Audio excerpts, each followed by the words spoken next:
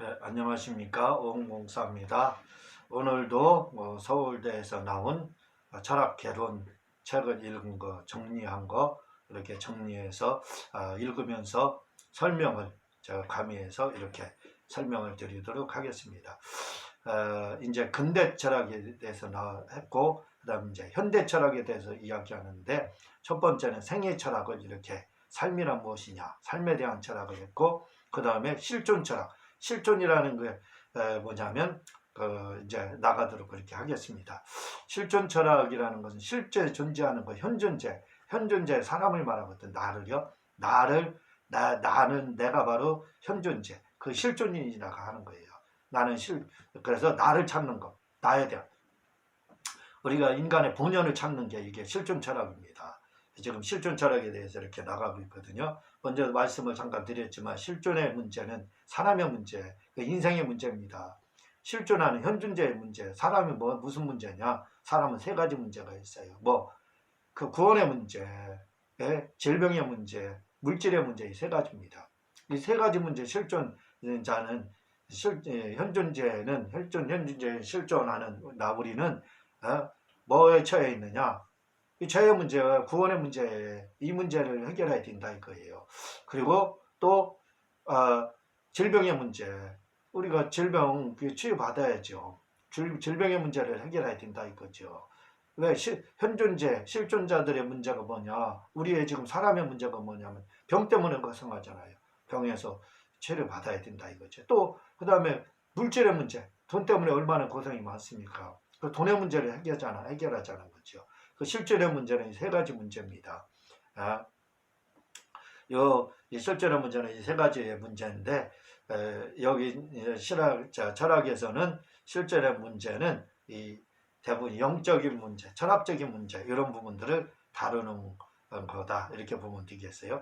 실존주의의 대표적인 인물은 키에르케고르로 1813년에서 1855년 이 해결의 실존을 무시한 거, 요거 때문에 이제 반대해서 이렇게 시작이 됩니다.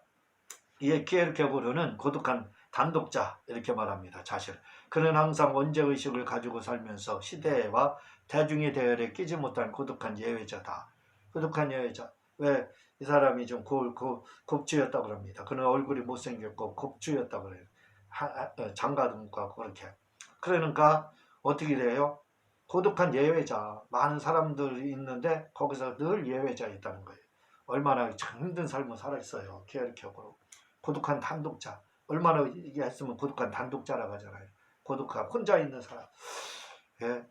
그것도 왜냐하면 원죄의식 때문에 이 영적인 문제지. 아까 제가 실존은 세 가지 문제 이렇게 말했잖아요. 그 중에 죄의 문제, 원죄의 문제 이렇게 말했잖아요. 키에르케고르도 바로 이런 문제 때문에 항상 고민했다 이겁니다. 그래서 그는 보통 사람처럼 살기를 강조했고, 그는 늘 뭐라고 생각하냐면 고독한 예외자. 그래서 그는 스스로 뭐라고 하냐면 피투적 예외자 이렇게 말했습니다. 피투적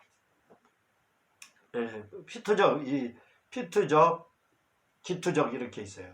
피투적이라는 말은 우주 가운데 던져진 존재 그 말입니다. 그리고 기투적이라는 존재는 뭐냐면 우주 가운데 던져져 있지만 어떤 목적을 향해서 나가는 거예요. 그걸 기투적 존재라고 하거든요. 근데 키에르케고르는 자신은 뭐라고 해요? 피투적 예외자 이렇게 말했어요. 우주 가운데 던져졌어요. 그런데 그것도 피투적 존재가 아니라 예외자.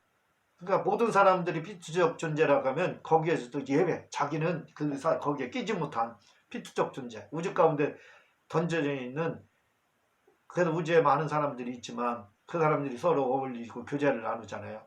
그런 존재도 못 띄고 자기 혼자 있는 고독한 예외자라는 거예요. 피투적 예외자. 그게 키에르케고르입니다. 그래서 그는 보통 사람처럼 살기를 강조했고 보통 사람처럼 살 수 있는 피투적 존재가 되기를 갈망했다는 겁니다. 피투적 존재, 모든 사람이 피투적 존재인데 그렇게 거기에 느끼지 못한 예외자였다는 거예요. 그래서 그렇게 피투적 존재로 살기를 갈망했다는 거예요. 그는 얼마나 고독하게 살았어요. 그는 얼굴이 못생겼고 곱주였다고 하고 또 젊은 나이에 이렇게 죽었다고 합니다. 그런 개개의 인간은 하나님의 실존으로 다른 물건과 같이 바꿀 수 없는 유일한 존재이다. 우리 사람은 물건과 같이 바꿀 수 있는 게 아니라 바꿀 수 없는 유일한 존재. 그런 존재. 그래서 이를 단독자라고 한다.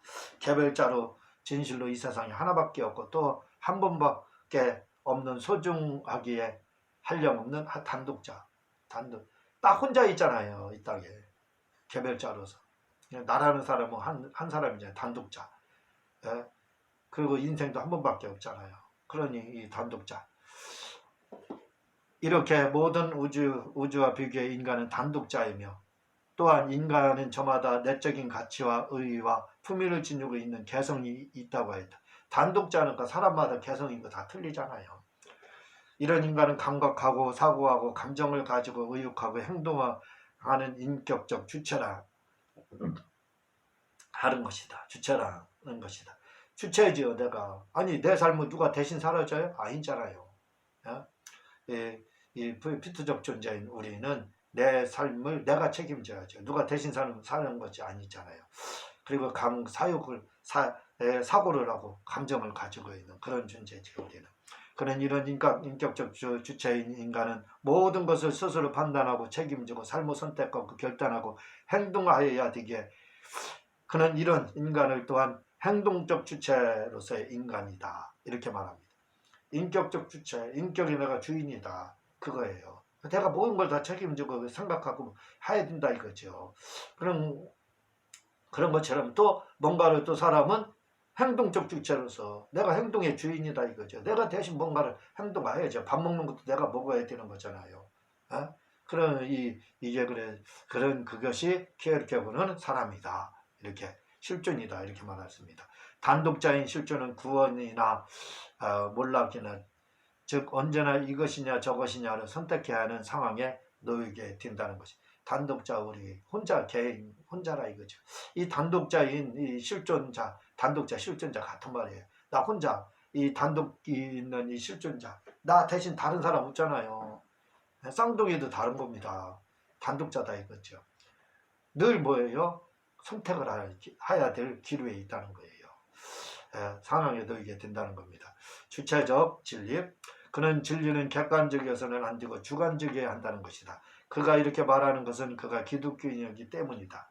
즉 체험을 말하는 것이다. 진리라는 것은 객관적인 것도 있지만 뭐예요? 실제는 주관적이어야 됩니다. 내가 예수님 만나야 된다는 거예요. 그래서 우리는 출생의 비밀이 있어야 된다고 제가 말을 하잖아요. 출생의 비밀.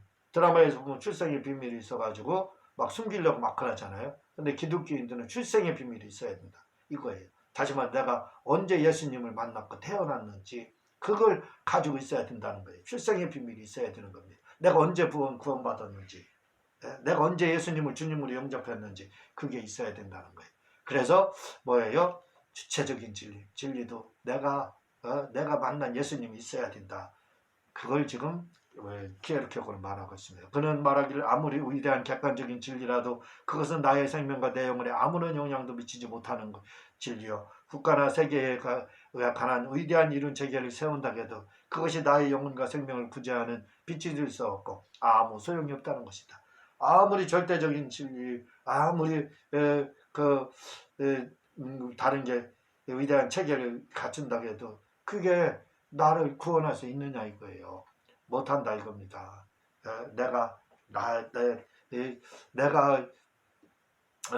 그는 오직 내가 진리를 발견하고 내가 그것을 위해 살고 또 내가 그것을 위해 죽을 수 있는 이념을 발견하는 것이 중요하다는 거예요. 절대적인 성경에서 누구나 구원한다고 되어 있어요. 이게 절대적인 거죠.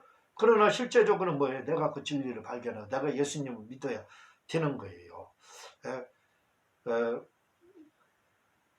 아무리 국가가 잘 산다고 해서 내 영혼을 구원할 수 있나요? 아니라 이거죠. 내가 예수님을 믿고 구원하여 내가 진리를 발견하여 내가 예수님 그래야 된다는 겁니다. 그것을 위해 살고 그것을 위해 죽을 수 있는 이 발견되는 것이 중요하다겠다. 그는 말하길 내가 신적인 것에 접하고 있는 것 설사 온 세계가 무너져도 내가 붙들고 의지할 수 있는 진리 그것이 내게 필요하다. 봐봐요. 내가 신적인 것에 접하고 있는 것, 내가 신적인 것에 접하고 있는 것, 세상이 무너져도 내가 붙들고 있을 수 있는 것, 그게 진리라 이거예요. 진리, 그것이 그 세상 무너져도 내가 붙들고 있을 수 있는 진리, 나만의 내가 복음이 있어야 그것이 내게 필요하다는 거. 지가 복음은 지 마음대로 믿는 거잖아요. 내가 복음, 내가 성경 말씀을 깨달은 복음, 그것이 있어야 된다는 거예요. 예?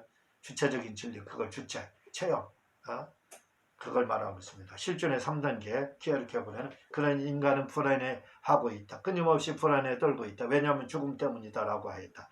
따라서 인간은 이러한 불안을 떨쳐버리기 위하여 세 가지 삶의 모습으로 단계로 나아가고 있다가 있다. 첫 번째 단계는 미적 실존의 단계, 두 번째 단계는 윤리적 실존의 단계, 세 번째 단계는 종교적 실존의 단계이다.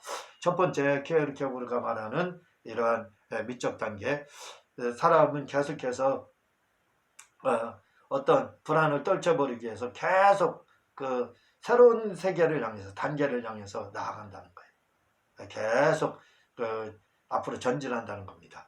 첫 번째 단계는 미적 실존의 단계. 이 단계의 실존은 나는 불안과 권태와 고독과 우수로부터 벗어나기 위해 쾌락을 택한다는 것이다. 처음에 쾌락을 불안하니까 고독하니까 막 미친 듯이 먹고 싸고 놀고 그러잖아요. 그렇게 택한다는 거예요. 그렇게 한다는 거예요. 즉 쾌락을 통해서 이런 불안, 권태, 고독 이런 슬픔에서 벗어나려고 발버둥 친다는 겁니다. 한다는 것이다. 얼핏 보기에는 자유로운 생활을 사는 것 같이 보이지만 이런 쾌락, 이런 향락은 결국 본래의 자기를 상실하게 만든다. 그런 이런 향락과 쾌락을 통해 불안에서 벗어나려고 하지만 결국 더 큰 우수와 불안과 권태에 빠지게 되고 절망에 빠지게 된다. 그렇게 막 향락에 빠져 음주 가무에 빠져서 그렇게 하면 뭔가 벗어날 것 같지만 그러나 얼마나 허망해요. 딱 벗어나면. 그러니까 마약 먹으면 어떻게, 그때는 황홀경에 빠져서 좋은 것 같지만 마약 딱 깨면 어떻게 돼요? 현실로 돌아오거든요. 똑같다 이거죠. 절망에 빠지게 되는 거죠. 이때 실주는 이런 쾌락과 향락으로부터 이렇게 될 때 실존은 사람은 향락으로부터 참된 자기를 찾으려 한다는, 이게 아니구나. 예? 이제는 향락이 아닌 윤리적이고 양심적인 사람이 되려고 노력한다는 것이다. 미적 단계, 양심적인 단계. 이제 이렇게 타락하고 쾌락을 즐겨도 내 문제는 해결할 수 없으니 아니다, 이건 아니다. 예? 윤리적이고 양심적인 사람. 이런 미적 단계, 이런 단계로 먼저 사람이 가게 된다는 겁니다. 그리고 두 번째 단계, 윤리적 실존의 단계로 간다는 거예요. 이렇게 타락한 실존이 이제 정신을 차리고 양심대로 윤리적으로 살려고 노력하는데 이런 것을 가리켜 윤리적 실존이라고 한다. 아까 말씀드렸죠. 막 향락 즐기다 이게 아닌데 하는 생각 갖는다 이거죠. 그러면 사람이 윤리적인 이제 삶을 살려고 이제 정신 차려서 바로 살아야 되겠다 이런 생각을 갖는다 이거죠. 이 윤리적 단계는 한마디로 말해 양심대로 사는 것을 말한다. 양심을 가지고 사회와 법을 지키며 준법자가 되어 성실히 살아가는 것을 말한다. 그러나 이 단계의 문제는 양심대로 다 살지 못한다는 데 문제가 있다. 이렇게 살지 못한다는 자신을 발견할 때 고민하고 절망하게 되며 자기의 유한성과 무능함과 양심대로 살지 못한 것에 대한 죄책감을 느껴 결국 절제자에게 기의하게 된다. 이것이 종교적 실존이다. 이렇게 향락을 즐기다 이게 아니다. 내가 그래도 정신 차려서 윤리대로 살고 바르게 살아야지 하면서 하는데 이렇게 살다 보니까 또 이게 되느냐 이거죠. 양심대로 살지 못한다 이거죠. 그러면 내가 또 이렇게 양심대로 살려가는데 이게 잘 안 되는구나, 죄를 지었구나 해서 양심의 가책을 받고 내가 이 정도밖에 안 되나 하는 무능함, 이런 거 죄책감 이런 거 빠져서 결국 뭐예요? 하나님께 돌아온다는 거예요. 종교적 실존에. 세 번째 종교적 실존의 단계. 이 단계는 종교적 실존의 단계에 있던 사람이 신에게 귀의한 단계인데 그것은 종교적 신앙을 가지고 신앙으로 살아가려 하는 단계를 말한다. 이것은 도덕이나 윤리나 상식을 넘어서는 단계로 이성으로 이해할 수 없는 단계이다. 종교적 실존. 하나님께 이제 신에게라고 돌아온다 해서 이제 열심히 신앙생활을 하는 이 종교적 실존의 단계. 이성으로 이해할 수 없는 그러한 이제 단계에 들어선다 이거죠. 신앙적인 사람, 신앙적으로 살려고 노력을 한다. 종교적인 사람이 된다 이거죠. 종교적인 실존의 사람. 사람은 첫 번째 그 향락을 즐기지만 그러나 미적 단계 그게 아니다. 이 향락 즐기는 게 미적 단계죠. 그러다가 그 다음에 이제 윤리적 단계에 막 들어서는데 윤리로서 뭐 문제를 해결할 수 없잖아요. 자기 자신이 윤리적으로 살려고 윤리대로 살려고 하면 할수록 죄책감을 더 들게 되고 자기의 한계성을 느끼게 되죠. 그러면 이제 하나님께 기회해서 세 번째 종교적인 단계에서 신앙생활을 한다 이 말입니다. 자, 지금 현대 철학의 삶의 철학을 마치고 실존 철학을 하고 있습니다. 실존 철학의 키에르케고르에 대해서 이렇게 살펴보고 그 다음에 이제 야스퍼스에 대해서 이렇게 보도록 하겠습니다. 이 실존 철학자들은 거의 다 이 예수님을 잘 믿습니다. 그 1883년에서 1969년도까지 산 사람이 야스퍼스입니다. 이 사람이 한계상황에 대해서 야스퍼스를 통해 실존 철학이 사상 형태로 변하게 된다. 그는 독일 사람입니다. 그는 싸움, 고뇌, 죽음에서 누구나 자유로울 수 없다고 지적하고 이것이 한계 상황이라고 말을 하고 있습니다. 누구나 죄나 싸움이나 죽음, 고뇌, 제가 말했잖아요. 실존의 문제는 죄의 문제, 죽음의 문제, 질병, 죽음의 문제, 그 다음 물질의 문제. 이게 누구에서 벗어나요? 여기서 자유로울 수 없다는 거예요. 이것이 한계 상황이라는 거예요. 한계 상황에 직면하게 된다는 겁니다. 이런 것들은 인간이 살아가는데 어쩔 수 없이 부딪히기 싫어도 부딪혀야 하고 또한 인간 스스로 해결할 수 없다는 것이다. 아니, 죄의 문제, 건강의 문제, 죽음의 문제, 그리고 물질 문제, 이거 사람 해결할 수 있습니까? 인간으로서 해결할 수 없다는 것이다. 이런 한계 상황은 인간 존재에 불가피한 것으로 오히려 이러한 한계 상황에 부딪힘으로 좌절을 경험하게 되어 본래의 자기가 무엇인가를 스스로 알게 된다는 것이다. 그러니까 이런 사람들이 한계 상황에 부딪히면 하나님 찾잖아요. 바로 제 문제 해결할 수 없어요. 나 예수님 필요합니다. 그리고 건강의 문제 해결하지 못할 때 어떻게 해요? 하나님 저 살려주세요. 물질의 문제 해결하지 못할 때 하나님 도와주세요. 하잖아요. 예? 사람은 한계 상황에 부딪힐 때 좌절을 경험하고 자기가 누구인지 발견하게 돼요. 자기를 발견하게 되는 겁니다. 불행은 행복은 불행한 사람의 눈에만 보이고 죽음은 병든 사람에게만 보인다. 이런 말이 있습니다. 그 마찬가지라 이거죠. 이런 한계 상황에 우리가 부딪힐 때 하나님이 죽음을 생각하는 사람은 하나님이 생각난다 이거죠. 그렇죠. 죄의 문제에 한계 상황에 부딪히면 어떻게 돼요? 내 이 죄 해결할 수 없다. 양심의 이 가책, 주님께 용서를 빌어야 되겠다. 신앙생활 하게 된다 이거죠. 이렇게 한계 상황에 부딪힐 때 사람은 자기가 누구인지를, 나는 누구인가? 내가 예수님이 나도 필요한 사람이구나. 그래서 예수님께 돌아온다는 겁니다. 그래서 그는 이러한 한계 상황을 경험하는 것과 실존 조명은 똑같다고 말하고 있다. 즉, 이 말은 인간이 한계 상황에 부딪힐 때 비로소 자기가 누구인가를 조명하게 된다는 것이다. 실존은 한계 상황에 부딪혀서 막히고 좌절될 때 비로소 초월자이신 신 앞에 서게 된다. 한계 상황에 부딪히게 되면 내가 누구인가? 자기를 조명한다 이거죠. 그렇죠? 그리고 그때 바로 신 앞에 나오게 한계 상황에 부딪힐 때 여러분 잘 나갈 때 하나님 찾는 사람 봤습니까? 저도 예수님 믿기 전에 병 때문에 예수님 믿었잖아요. 병이라는 한계 상황 딱 보니까 어떻게 돼요? 하나님만 이 문제 해결할 수 있다 해서 예수님 믿고 오늘날 이렇게 목사가 되지 않았습니까? 예? 사람이 야스퍼스가 지금 그 말을 하는 거예요. 야스퍼스는 저 한계 상황이 부딪힐 때 자기를 조명하게 되고 하나님 앞에 돌아온다는 거예요. 그래서 우리에게 질병 또 문제 한계 상황 이런 게 다 뭐예요? 결국 하나님의 음성입니다. 나에게 와라 돌아와라 그 말입니다. 예수 믿고 구원받으라 그 말이에요. 그러니까 질병 가운데 있는 사람들도 그게 음성이에요. 내게 돌아와라 나 믿어라 그 말입니다. 그 한계 상황에 부딪힐 때 우리는 비로소 좌절 절망을 들려서 한계 상황에 부딪히면 결국 초월자이신 신 앞에 온다 이거죠. 야스퍼스는 말합니다. 암호의 득과 초월자. 실존은 한계 상황에 부딪혀서 막히고 좌절일 때 비로소 초월자이신 신 앞에 서게 된다. 사람은 한계 상황에 부딪힐 때 하나님 앞에 선다 이거죠. 그런데 이 초월자이신 하나님은 상징적인 암호밖에 나타나지 않는다. 암호를 준다는 거예요. 그때 하나님은 이 암호는 실존이 들을 수 있는 초월자의 말이다. 암호로다. 하나님 앞에 돌아가면 하나님 우리에게 주는 것은 내가 여기 있다가 아니라 암호로 얘기한다는 거예요. 그 암호는 그에게 있어 실존과 초월자 사이의 매개자이다. 실존의 이 암호를 암호를 성경, 읽음으로써 홀로 말없이 초월자에게 향해지는 것이다.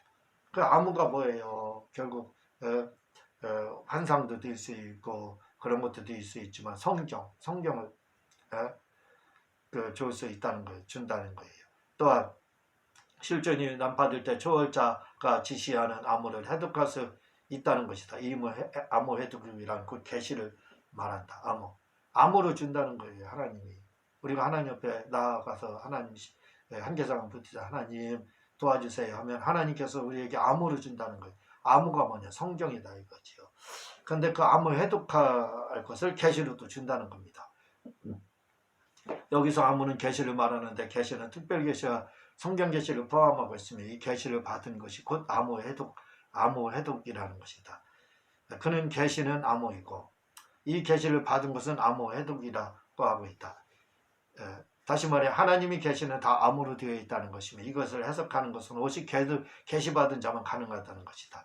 성경은 벨로 쌓여 있는데 그것을 해석하려면 영감을 받아야 하는데 여기서 베일은 계시이고 영감은 암호 해독이라는 것이다.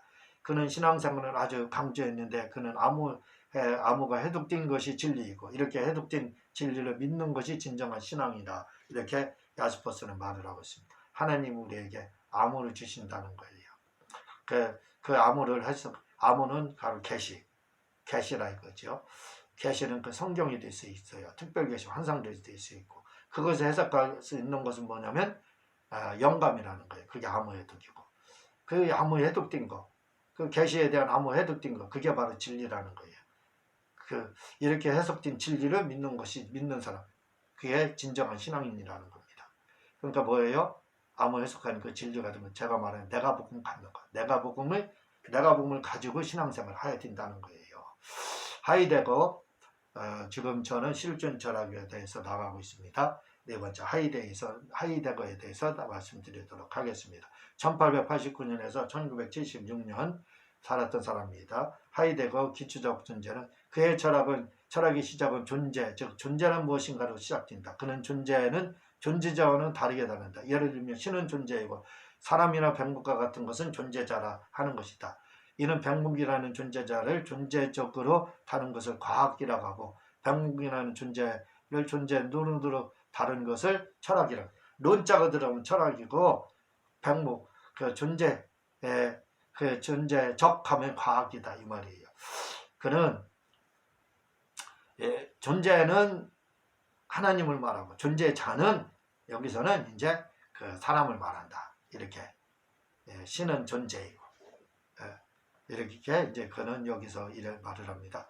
하이데거는요. 그는 인간 존재 즉 실질을 현 존재로 보았는데 다시 말해 인간 존재만 현 존재로 보고 있다. 현존재 실존 현 존재 말씀하잖아요. 현재 존재하고 있는 존재. 그게 현 존재라겠지 이거죠. 왜냐하면 인간 존재는 자기 자신이 누군지를 깨달을 수 있기 때문이라는 것이다. 그리고 현 존재, 인간 말이죠. 존재 방식을 실존이라고 하는데 존재 방식이란 현 존재가 어떻게 상황에 맞게 사느냐를 말하는 것이다. 이런 철학을 기초적 존재론, 현 존재가 사는 상황이 현 존재의 존재 방식, 현 존재가 어떻게 상황에 맞게 사느냐, 존재 방식이라 이거죠. 어떻게 상황에 맞게 사느냐, 현재. 그걸 기초적 존재론이라 이렇게 말합니다. 세계 안의 존재, 그는 현 존재를 피투성 존재죠. 피투적 존재라고 하는데 우주 가운데 전제적 존재, 그걸 피투적 존재라고 합니다. 이런 인간이 어디서 와서 어디를 가는지 또 알지 못한 채 이 세계 안에서 전제졌다는 것을 의미한다.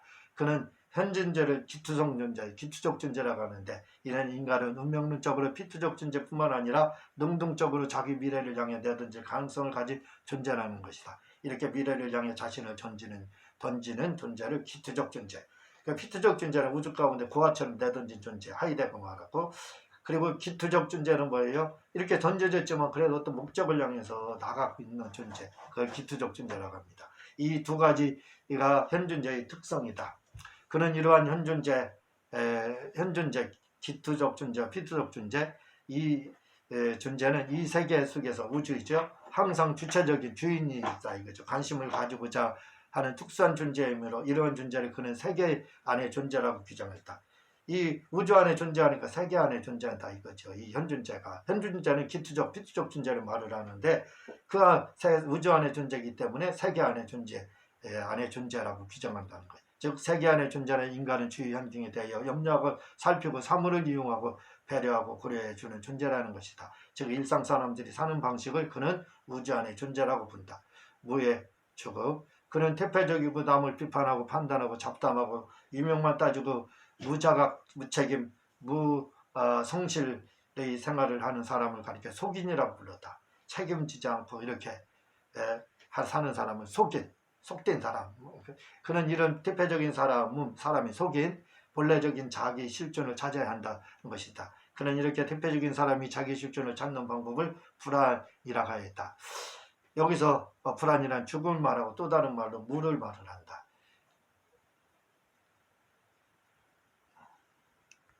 이 하이데거는 예수님을 믿지 않기 때문에 굉장히 이 사람은 부정적입니다. 자, 샤르트르에 대해서 1909년에서 1980년도까지 살았던 사람이에요. 존재와 무, 그는 대상, 움직일 수 없고 생각할 수 없는 존재, 그걸 대상이라는데 대상으로서의 존재를 즉자 존재라 하였고 의식으로서의 존재를 대자 존재라 하였다.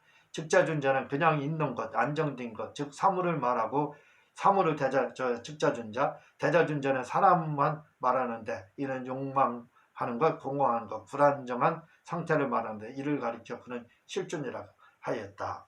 실존, 사람은 실존 존재, 불안한 존재, 대자 존재, 욕망만 가득하고 공허하고 불안한 그 존재를 대자 존재, 그를 실존이라고 했다. 다시 말해 샤르트르의 실존은 아주 불안정하고 욕망이 가득하고 공허에 빠진 인간을 실존으로 보고 있다. 공허하고 욕망 가득하고 이렇게 불안한 이 존재를 샤르트르는 실존이라고 보았다는 거예요. 그는 이렇게 인간의 욕망과 공허와 불안하게 살아가고 생각하는 것은 인간의 의식 속에 무가 들어있기 때문이라는 것이다. 이런 상태를 그는 무라고 했다. 이렇게 공허하고 불안하고 하는 건 무가 들어있기 때문에 그렇다는 거예요. 행동적 실존, 사람은 운명론적으로 대자존재라는 것이다. 사르트르가 말하는 그 대자존재는 사람을 말을 하지요. 그 사람이라는 것은 욕망이 가득하고 공허하고 불안정한 사람, 그걸 말을 하지요.